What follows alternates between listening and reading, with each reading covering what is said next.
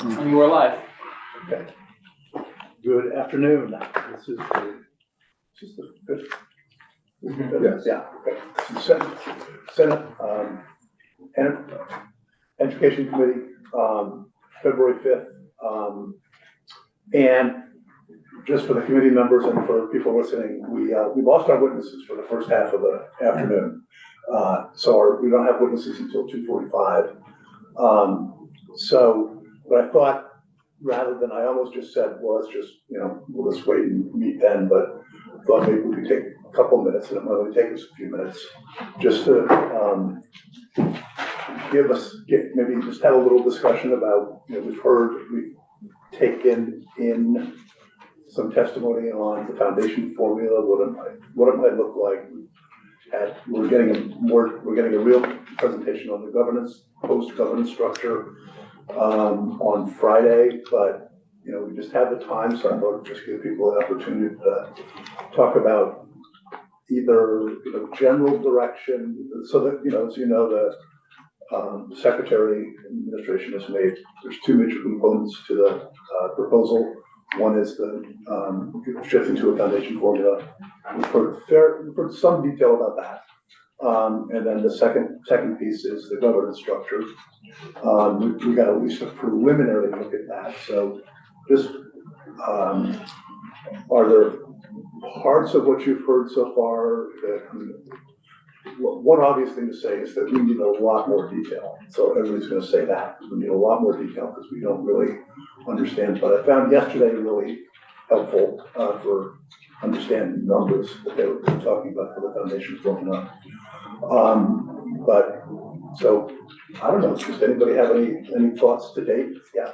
Yeah, I think I'm looking forward to getting the hypotheticals that they kind of talked about yesterday. The scenarios as to what the situation or what the formula would look like for such and such county compared to another county. I think that's going to be helpful in getting a clear picture as to how this will actually affect different parts of the state. Looking forward to that.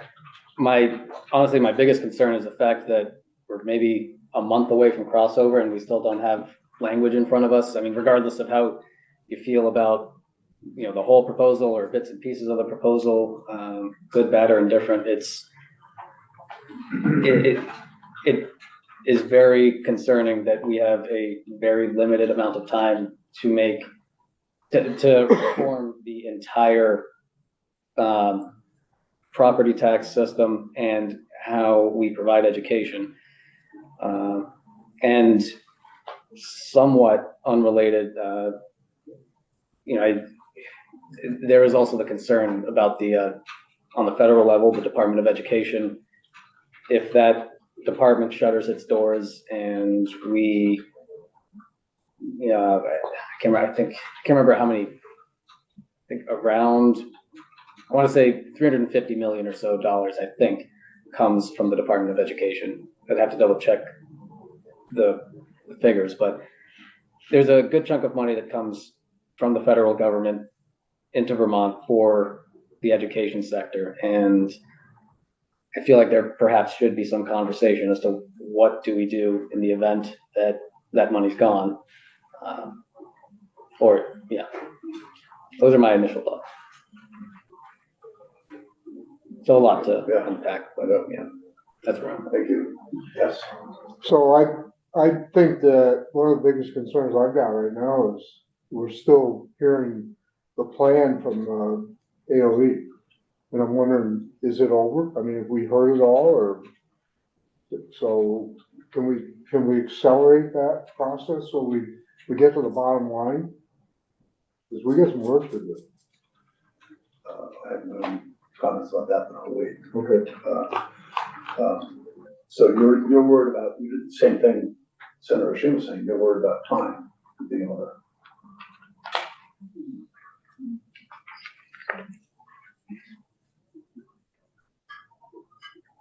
Yes. Yeah, I think that should be a conversation with them. How much left now? Because we got governance tomorrow. I'm sure that's gonna bring us full circle because they already showed us what they want to do school districts wise, then they've given us how they're thinking they want the funding done. And then now it was just the governance of what the governor is hoping it should look like. Well, there's one other piece we haven't, an element of the funding is we haven't talked or really gotten anything yet about how a district that wanted to do additional funding, how that would work. So that's out there. It's a component of the first one, but, so time. Again. Sure, so I agree with what everyone has said.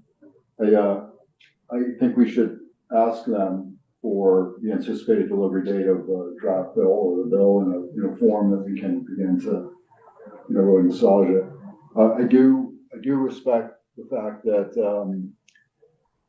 there's a huge risk here. We have so many changes in play, potential changes in play. There's a huge risk that, we're going to run out of runway to really review this properly. But I do respect the fact that the governor has spent an enormous amount of potential political capital to even put this on the table. Because we've all been talking around the edges of it and no one stepped right in the middle of it. Now we're right in the middle of it. And I respect that. I think that going back a year plus that there were some very strategic decisions made, in particular choice of Secretary of Education and such, and now we're seeing the play. But I agree with everyone that we've got a huge challenge in front of us and very limited time, but we're doing it. And I agree with the chair that the excess spending or spending above the foundation, we need some good detail on it because I think we get a lot of pushback from constituents unless we have a clear answer in the next week, 2 weeks. The difficulty of that portion of things is we really can't understand that until we know the government structure. Right. I think that's forthcoming. Yeah. So I think for me, just to add to this, I am somebody, and I assume we're all the same way about this, but I am very, very careful about drafting. And I like to do really careful work and make sure that when something comes out of the committee that I'm involved in it, that we know we have it right. So that time, like everybody else, but I'm really, I want to make sure that whatever we do really good work. And I know we all want to do that. So yeah, I think we're going to have to, after we hear the governance presentation on Friday, we're going to have to go, okay, is that our starting point?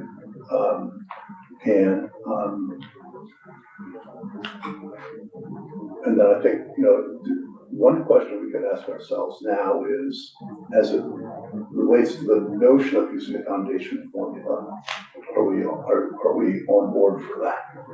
So we agree that that's the right starting point for financing our schools? So what are the questions in front of us?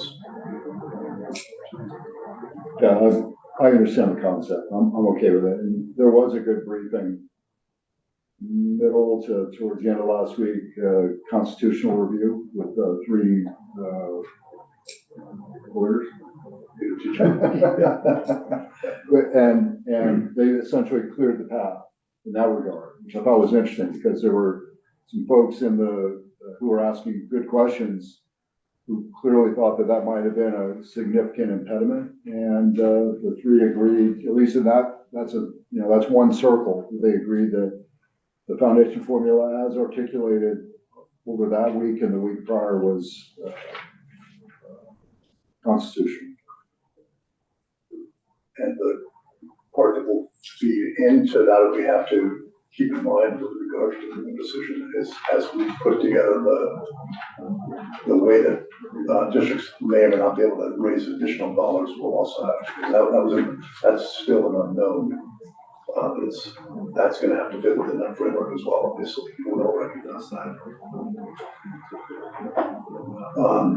So, I mean, personally, I'm on board for the notion of a foundation formula, as long as we get it right, we get it high enough. And I don't mean to sound like I just wanna have it be high for the sake of being high, but, yeah, I think the concept is that in an efficiently run district, the block grant or the foundation formula will actually be enough to run schools, and so we have to really test that proposition. But I'm conceptually, I'm on board for that. Then I think we have to also make sure that it doesn't, from what happened with the last foundation formula 30 years ago, when it got replaced, was that it had slipped in terms of the amount of total funding that was actually funding the legislature against, frankly, stealing from it. And it went down, and that's what led to part of what led to the gross inequities that led to the Brigham case. And so we have to make sure we build in something to keep that from happening. Have it be less and less percentage every year. So, but we can do that. Okay. So we're going to try to, once we get that second part of the proposal, it's not more, I guess it's not going to be the whole proposal, but then I think we just have to start getting in witnesses to,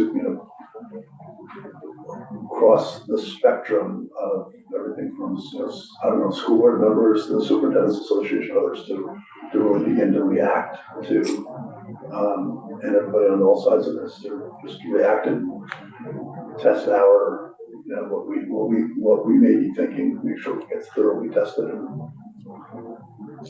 Next Monday, not this coming Monday, next Monday, Senator Hardy set up a Zoom meeting so we can meet with all our principals and superintendents to see their thoughts and input. So we got a good feel there.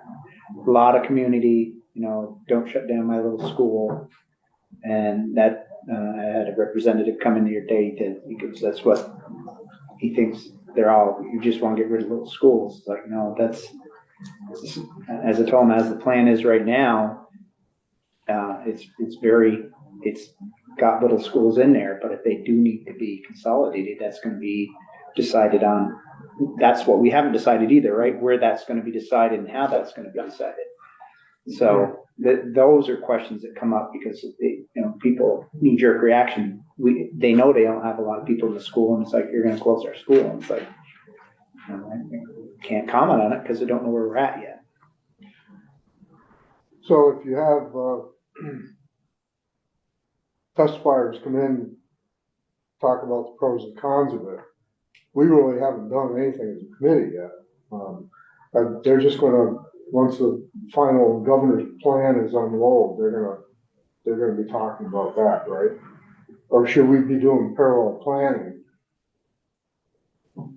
What we don't yet know is whether we're getting I think we just had this discussion, a real proposal, or whether we're gonna get drafting. I'm not sure. I've actually asked the question a couple times, but I'm not sure I know what the answer is still exactly.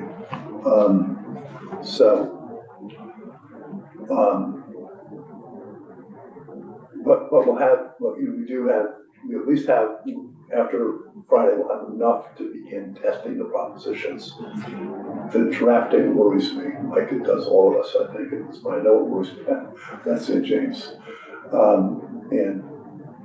But hopefully the proposal gets more firm and actually involves the initial draft from the administration. Because along that line, I know from the superintendents and the school board personnel I heard from there, they're looking for some kind of a timeline, which comes with planning. And I think there's a lot of different impressions of how long this is gonna take. You know, they just, a lot of them just unraveled their next year's budget. And we still haven't really finalized the education tax rate. And that was supposed to be done within the first 2 weeks of the session. So is that gonna come out in the BAA? Do we have to wait for that to be introduced to get that? The tax rate, we had the December letter,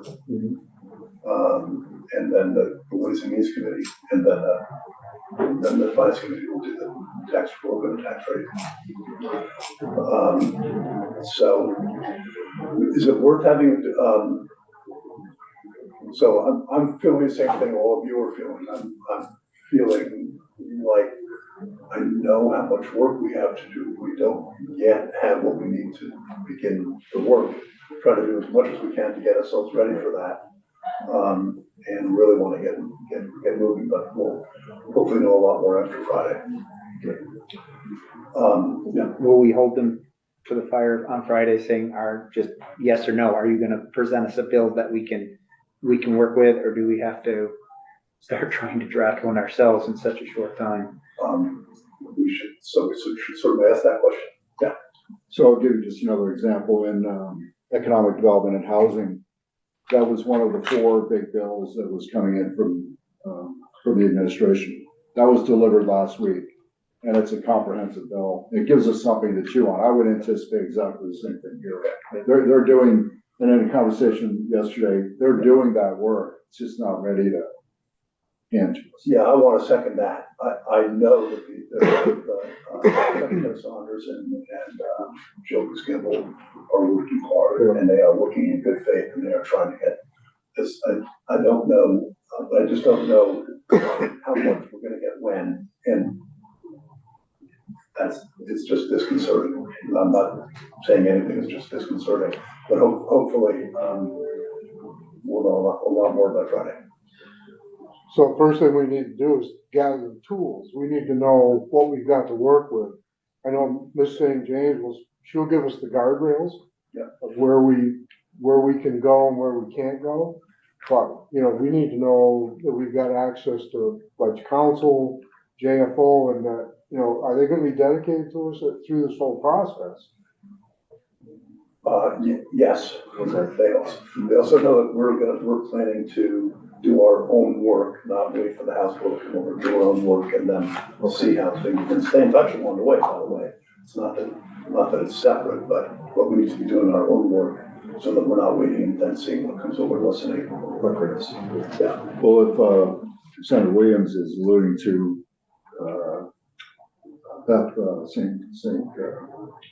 St. James being dedicated to us, she's dedicated to education, so she's split. Right. Yeah. Just maybe for Steve's sake. But they do know that, you know, the House has all day and we have the afternoon. So, Right. So if we wanted to, we could also spend just a few minutes thinking about if we wanted to have, as we really hopefully can sink our teeth into this process, do we want to have a handful of guideposts that we use, that we sort of refer back to and say, what are the guiding principles? What are the things that what are the things we're testing? What are we testing against as we test?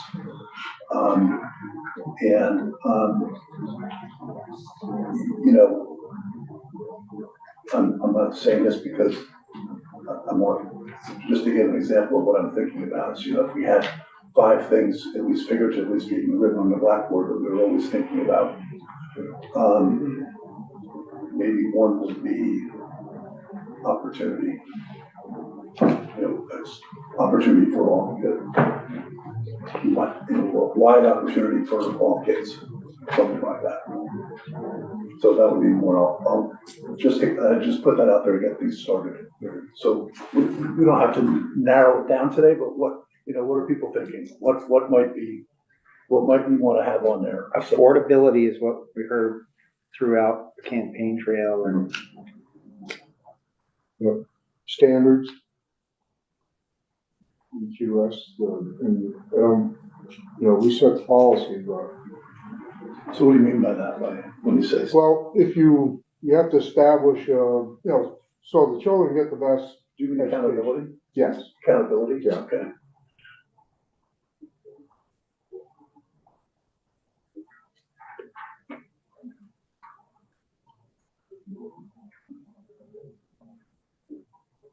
Anything anybody's thinking about? That one big word, quality. Quality? Yeah. Yeah, so I would expand that just a little bit. Quality as in in academic programming. Yes, This quality can mean, 1,000 different applications and but it's mainly in, like what you just said, it's mainly in that every school that, you're getting the equal education. So I was thinking about this today, it's like, every school says, hey, we have our own individuality, which I understand. But to make something really good, it's like a car dealership. You go to a Chevy car dealership now. When you go into one that's in Burlington, you go down to the one in Rutland, they're almost the same. Same as like a even bad choice, but McDonald's. They have it so when you go into, it doesn't matter what school you went to, everything should be similar. They have their own little tweaks, but their pattern should be almost identical. That's how, it's worked in business and it can work in schools. It's, I know it feels that it takes away some of their individuality, but if you give them a set of policies and standards that are almost identical statewide, I know that might be a reach, especially how I know people really like their individuality in each county. But at the same time, it would provide for good education for everyone if you have a set form. Do you mean goals or do you mean how we do it? Do I get to sit here? I think we already have the term, EQS, Education Quality Standards. And you have your goals, but you also have the conditions, which have to be the same for all schools as much as possible. So you get your standard, your conditions are set that help to get you to your quality that you want. And it's called, I think it's because it's equity.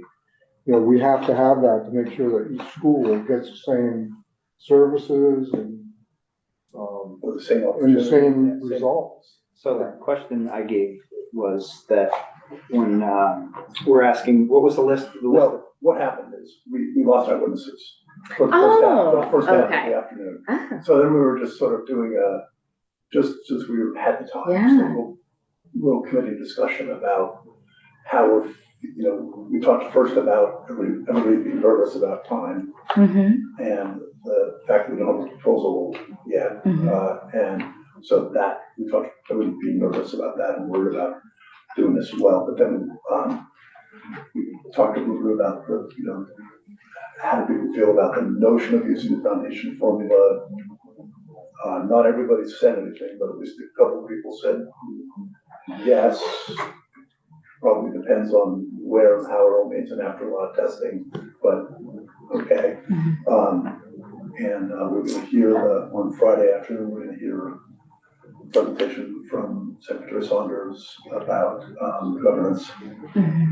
So we'll have at least a bit of a forward picture. I know something more closer to a full picture. And then we just started saying, okay, so what are some of the possible touchstones we're thinking about? I started, just to give an example, I just said, like a lot of opportunity for all kids. And then affordability came up, accountability, quality in some way that can be different than what you had your hand on. Yeah, I think, I guess the first word, if we're just picking one word, I think maybe efficiency, but, I'm thinking about what's been raised already regarding education quality standards and I think back to some testimony that we got last year and you two might remember this, where we had a superintendent who supervises the one district, the name of which I always escapes my mind, but it's, I think, right in White River, but it also overlaps into New Hampshire. And I think what he had stated was that while he absolutely loves Vermont, the thing that he does like about supervising schools in New Hampshire is that the administrative workload is like this compared to Vermont, where it's like this. And, you know, I'm thinking of, you know, the teachers, the staff, and administrative staff in our schools that want to do their jobs of teaching and, you know, helping kids, but are so just, I guess, backlogged with administrative work that it's taking away from what they want to be able to contribute to their classrooms. And so, you know, I'm not saying you just strip all the, you know, regulations off of, you know, how we handle our schools, but, you know, I think taking a deeper dive into how we can lighten the load for administrators so that they're also not having to constantly bring on new staff for these central offices that, you know, aren't even in schools necessarily. You know, I think one, you could save money that way, but two, you're also allowing these folks the opportunity to have more bandwidth and capacity to do what they signed up for, which is teaching and helping kids. We heard a little bit of that yesterday from, just yesterday, yeah, so it's was in here about letting, I think what you could be talking about, maybe you're thinking of teachers, but you also could be talking about principals when you say that. Sure. And principals just being mired in process. Yeah. And I actually agree totally with what you just said, and I also wanna, So how did it get so convoluted? I think we also need to, I think we also need to give more real authority to principals, so that principals can actually run the schools. Just to, I think, and I'm maybe speculating here, but just in response to your question, I think, you know, we do a lot of things in this building that, for the most part, are all well-intentioned, but every little bill that we pass and every little change that we, you know, little thing that we're tinkering with over here, that adds, you know, that's a new thing that principals have to go through. It's a new rule they have to make. It's a new thing that they have to do. And, you know, there'd be things that are duplicated. There could be things that, after, you know, watching them in practice, aren't actually necessary. And, you know, how you walk back any of that, I think that's one of the Herculean tasks, to figure out what's necessary versus, you know, what's been, yeah, let's leave it there. And you were saying the same thing about teachers, right? You were actually talking about teachers initially, weren't you? And more teachers and other staff. You know, I mean, you've got guidance counselors, CTE teachers. But yeah, I mean, mostly teachers, but, you know, there's also other staff that I'm sure have pretty significant administrative burdens as well.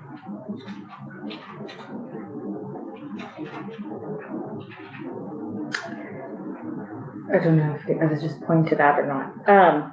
Well, I mean, I think while we're on that topic, maybe it's because it's the 10th anniversary of my dad's death, but, you know, in Hindu society, and just what he used to say was that there's no more sacred relationship than the one between teacher and student.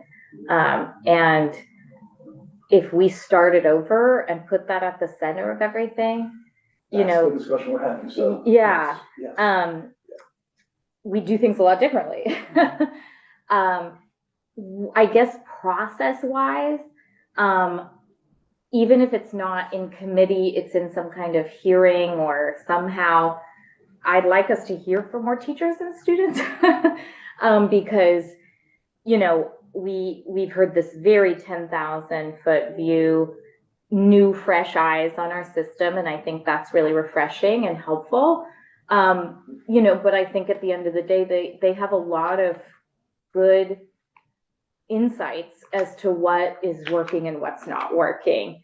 And I just want to make sure they are still centered, that we don't repeat that same mistake of not putting their relationship and how they understand their relationship at the center of our conversation. I think beyond that, I said most of what I feel right now yesterday, which is that there's not a lot of value we're going to be able to communicate to our constituents about consolidation unless we show them the path to managing their infrastructure differently. And in addition to just the dollars being there, there's a lot of things in the way of them making smart, sensible decisions, like, you know, having to pay back the state if they sell a building, you know, like not being able to accept in-kind help at a local level. I mean, I just think there are ways that we might look back and say, did we get so myopic about what equity looks like that we stopped just focusing on how kids get what they need and how, you know, local communities want to be involved in that. How do we restructure it, in my mind, from that? Like, my motto this year in all realms is make it make sense, you know, just like, how do we help people help their kids and help their schools without everything being so overcomplicated? Okay. I have to agree with that. You're sort of echoing what Senator Shum said, saying it differently, but That's where, like, he said, we should look a little bit at New Hampshire, what they're doing to make the superintendent's workload, listen to the teacher, listen to that they help create the policy, but not make the policy, because usually it'd be like letting your employees tell you how your business is going to run. And there's always a difference there. As much as we hate to hear it, there is. And it's finding that kids are always at the forefront. But you know, when you just said New Hampshire, and I told you, I've always echoed what I've checked with Wyoming and how they make sure they actually put either SAT or ACT, I don't know what that acronym, they test their 11th graders to get to, and that gives accountability to the teachers if they're doing well or not. And they also do the NAEP, which we do as well, to make sure your students, and then it's holding the teacher accountable for if you don't have good teachers. It's like that the unions stay accountable. If you're not giving us a good teacher, what are you going to do about it? Which I'm sure we're going to get some backlash on that, but. yes. So I think we're gonna see as a group that we need to agree that we're gonna start working on something. I think everybody's anxious to get going. We really need to decide on a process that we're gonna use to get to where we wanna go. And, you know, I'm not a teacher, so I don't profess to know what they know. So, and, you know, we need to establish some goals. And right now, I think we can do that. And what's the process? You know, everything is a task. So we can brainstorm, come up with a list of things that we know we have to do now. And then conditions for that task being accomplished. And what's the standard we're going to try and achieve? It's a simple process. And then, you know, the other concern I've got is that we're going to be doing that, and then the House is doing something similar, but we don't know what they're doing because we're in two different rooms. So, you know, in the end, when we come up with our plan, is the House going to come up and say, well, your plan is no good? You know, this is what we decided to do. How are we going to crosswalk that? I think it's important that we stay in touch between bodies, that we may do our own work on the one hand, on the other hand, pay attention to what they're doing and stay in communication. And when things are in areas where things are coming together, really capitalize on that. But in progress review meetings, every once in a while, we have a joint meeting. Do something like that, yeah. Especially since they got a nice new office.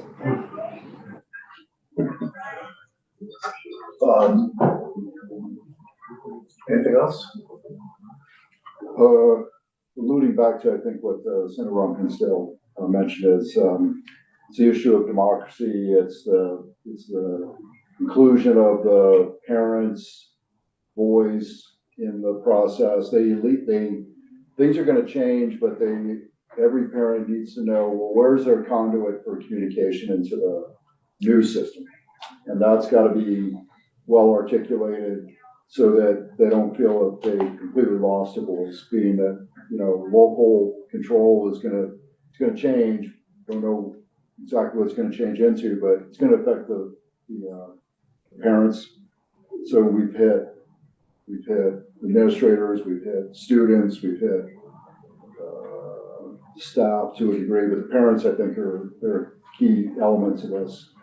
If we can articulate, what their role is, what their future role is, I think we can add some stability to the transition. And they addressed that yesterday, didn't they? They said they have what they call it, the Advisory councils. right, for almost each town or each. But like here we are, we can't even describe it to our constituents. Yeah. That's the uncomfortable part.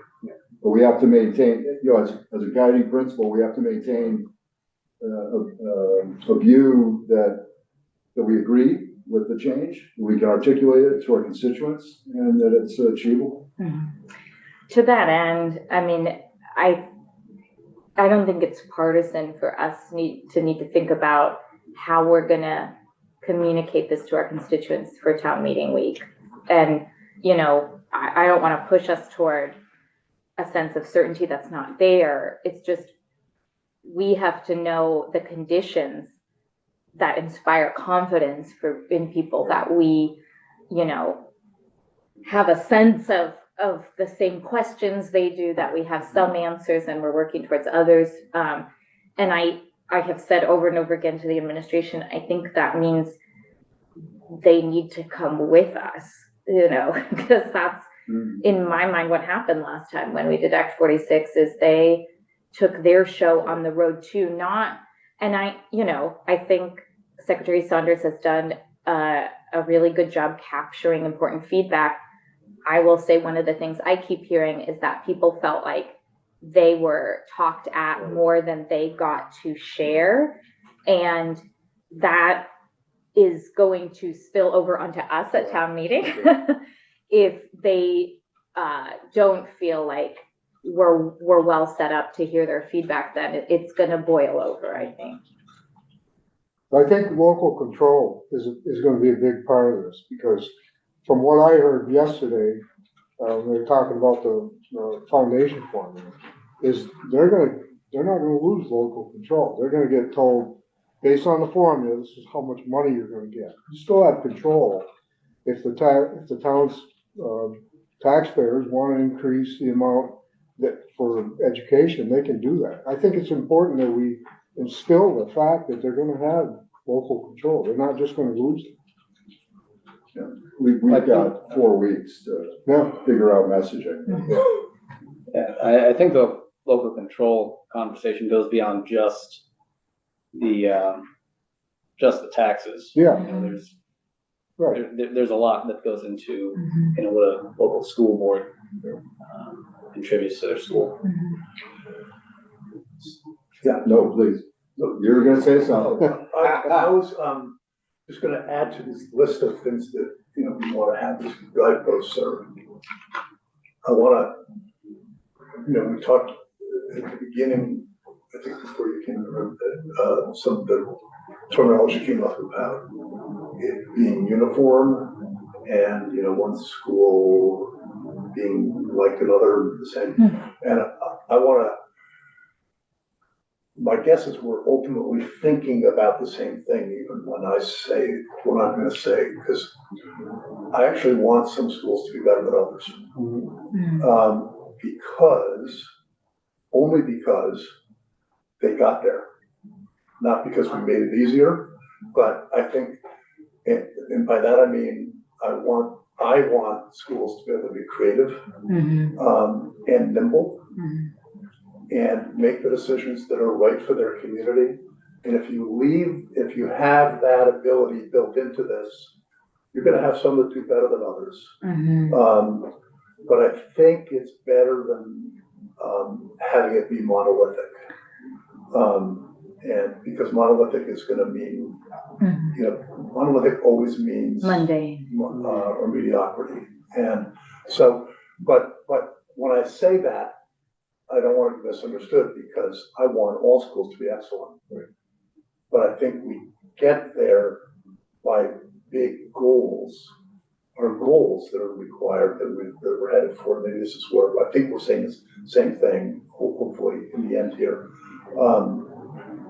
It's very legitimate to say you need to get to here, and here, these goals. But then I guess what I'm saying is I want to have a lot of flexibility about how schools, and the same thing should happen district to district. Right. That you have some of them doing okay, and all of a sudden one of them is doing really, really well, and there's something magic going on there.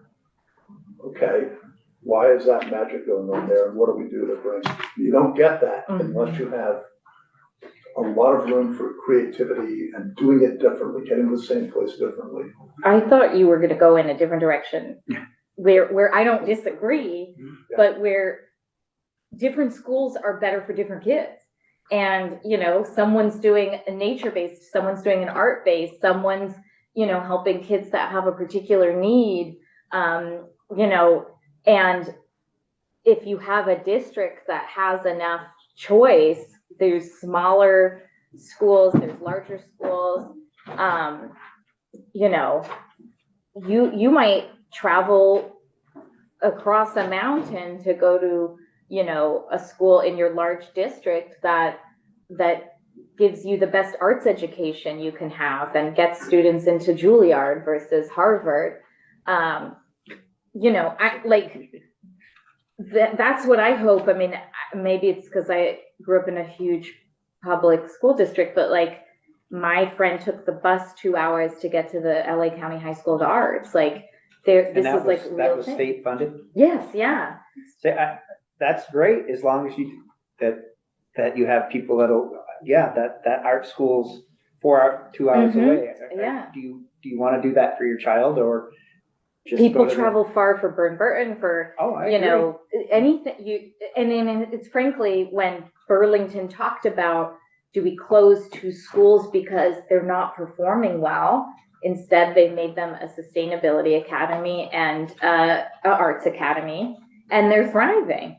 So a system should be nimble enough that you're competing for different kinds of students, and one place is better for one person in the family, one person's better for another person. So thinking about that, which is good. Yeah. Yeah, on that question there is, you find what helps the student excel. But then at the end of the day, when they graduate, how do we make sure they're at certain standards? Like, you have an arts, biggest, reading, I think everybody knows I strive that more than anything, because I didn't read well, and my school didn't push me to read well. And if you know how to read, doesn't matter what you want to get into, be it art, be it math, be it science. And that is a personal goal of anything. If I come here, is that reading should be that should be almost the number one thing over everything else. Because if you know how to read, you can go from there. Yeah, I think there we are in a way with this notion of goals, because I think every school is I think it is fair for the agency and secretary to say, these are the goals. And one of them being Whether you decide graduating to go be a carpenter, and Kids. excel at that. Right. Yeah. But do you do better learning how to read with the electrical code or with, Shakespeare? I mean, I still think I didn't like math until I took a Kennedy School class on math and politics. And, I was like, where was this 25 years ago? So, I think we heard this from Mark Tashjian, like the more that you're co-creating classes with kids about bike mechanics and physics versus mitochondria is the powerhouse of a cell and AP only is success, then the more you're unlocking kids' full potential and letting teachers do what they do best, which is find the passion of the student and work from there. And it'll be harder in a public school to do that than it is independent. Yeah, and yet this is such an opportunity if we can get this right. Yes, I To have unleash those forces. That's pretty what, exciting. that's another way of Yes. saying what I'm trying to say is unleash those forces in the public schools. Yes. And really use this opportunity to create a foundation where public schools can be creative, nimble. Nimble's the word I hope we keep in mind. Being able to Put it see on what your list. kids need, yeah, and to be able to, yeah. I think I just work in a very process like oriented way, and I think what you said, Steve, is so valuable about like here's what I feel like I didn't get. I think it's helpful for us to think about everyone's story of what helped them or held them back in our education system and how to create more of what helped them and remember what those things are and sort of lead from the positive, because that's where the magic happens. How do we let that magic exist for every child? My turning point was my first grade teacher, you know, when a lot was going on at home, knew I could read. And she, instead of saying, you're gifted, like go sit in the corner and read, she said, we have a lot of students who just moved here from another country. Can you take them outside one by one and teach them how to read? And that At first grade. in first grade. And that made me a much better person. And she was dealing with a class of 40 kids in first grade in LA, where she was a non-nonsense Irish woman who just needed to figure out what to do. And so, you know, it kind of reminds me of how I look at historic buildings now, and I'm like, we wouldn't let people build those buildings, right? So what did our teachers do that they're kind of hamstrung from being able to do because the system just is built on, you know, one bad thing happened or litigation or whatever it is. Like, how do we actually unleash the full potential of teachers? Because the moments that changed our lives aren't built into a rigid monolithic curricular system. Yeah, I think, I don't think you were in here, when I tried raising that same point, which you just touched on perfectly, as to letting teachers do these things that are not, well, yeah, you just said it more eloquently than I did. Well, what's your giving- story giving of like, more, what changed your life now? giving more opportunity to teachers to teach and get creative rather than dealing with the, you know, massive administrative burdens. Mhm. You know. Now talking about, when we're talking about supervisory unions, is there some way we could get somebody come in that, like, not from LA, mind you, but that has run that large a suit, and how they're able to do it? Because we've gotten a lot that, well, all of our people are right out straight working, and it's like, well, we want to turn 58 into 5. Somebody's going to go, well, I don't know how I'm going to do it. I'm at my full workload now. So if we bring somebody in that has districts that are that size, instead of, so we have a pattern to say, or a format to go that this is how they're doing it. You know, does it fit in with what we do here in Vermont? And obviously it can be done. Like, I was blown away when he said Hawaii is also one Yeah. district. No, I think that's a good suggestion, because the House, I know, took testimony maybe yesterday, with this, I think the Superintendent's Association presenting evidence that the magic size is something like 4,000 kids per supervisor union versus, but I know the Secretary disagrees with that. So we should probably test it all. And so testing, getting somebody in to help us hear about the larger districts is one of the things we should probably do. My friend was teacher of the year in Hawaii, in case you want me to get her thoughts. Think she wants to fly out? We should fly out there. Yeah, exactly. I was thinking about that yesterday. I could really use a day in Hawaii. But I just think that's what I've heard before, that, I'm already at my max, but it's like, Boston has a district that's almost our whole size of and they have one superintendent. Well, I know that what the secretary is thinking about is, of course, there would be assistance. Yes. And maybe even located across the district so that, it wouldn't be just it would be a superintendent, but then with people to help. So, so I don't want to beat this horse, but I mentioned the other day, yesterday, it kind of seems like a week ago, whatever, that I had lunch with a member of the House last week, and we were talking about this a little bit, and she said, if you're going to have 5 districts, why don't you just have one?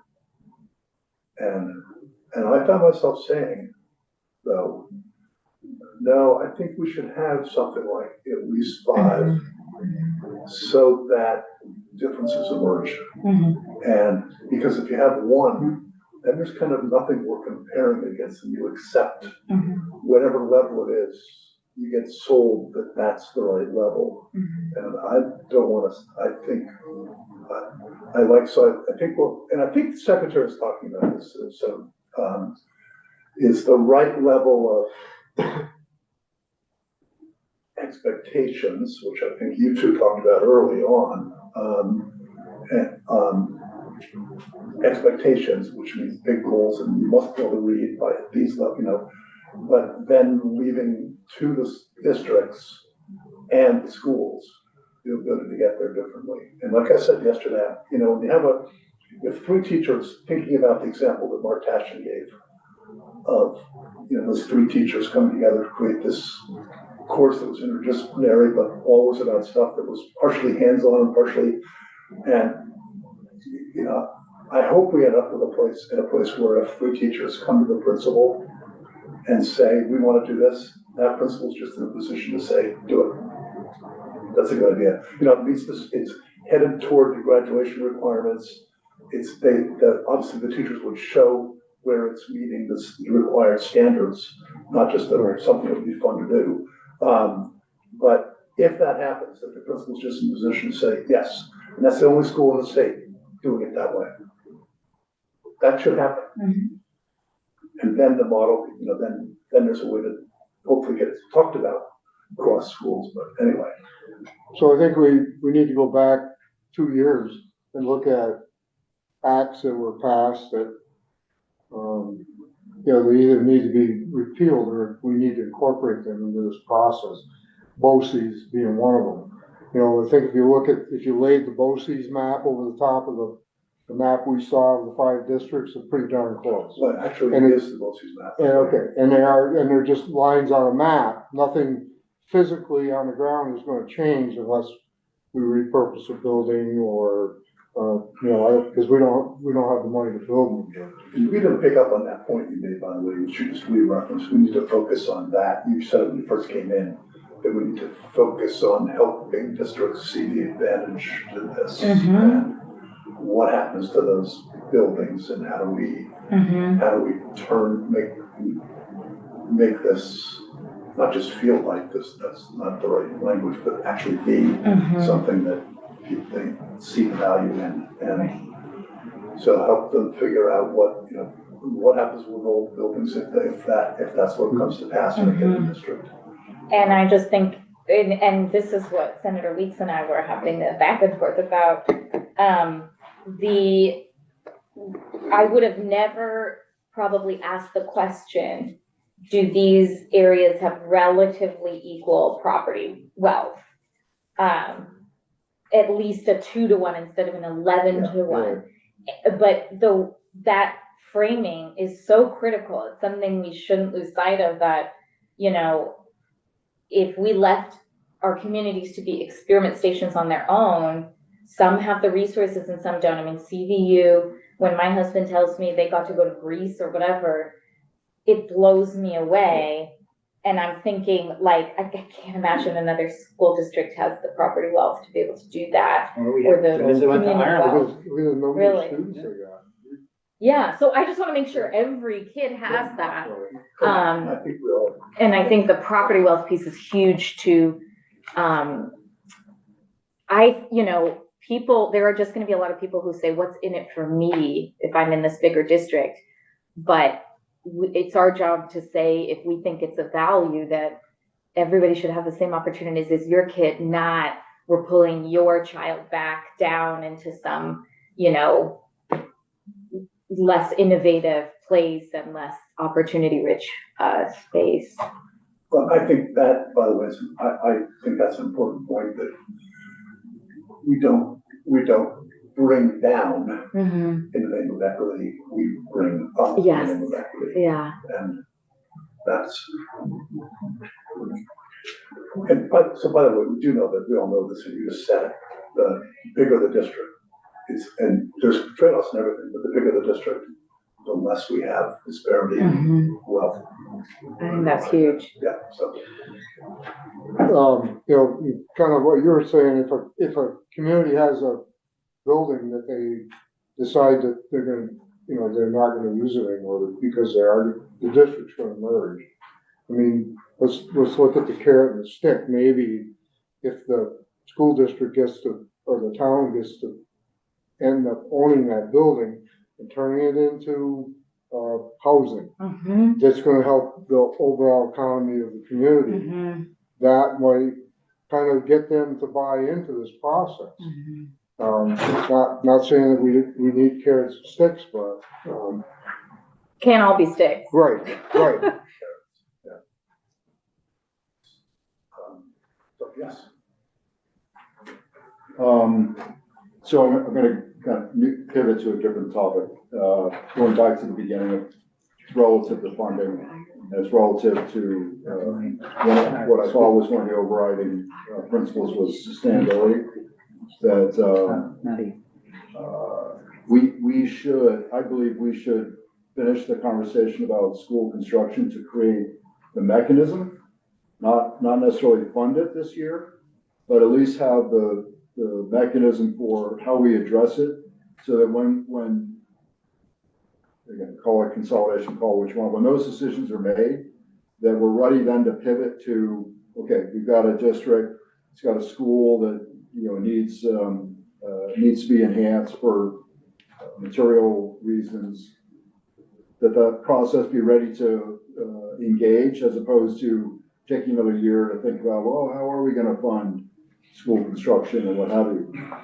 It's good timing to dovetail the two together. I actually think I hadn't even really put my finger on it, you just said it, but it's also truly necessary, I think, for the public to have confidence that we are thinking about all the pieces. It's the alternative to what do you do with the facility that you're going to, That's yeah. Your point just brought something to mind that I was thinking about a couple days ago, which is, what Vermont is going to look like in 5 or 10 years with our population. If I'm recalling correctly, I think out of all the states, we saw the highest inflow of people moving here. And,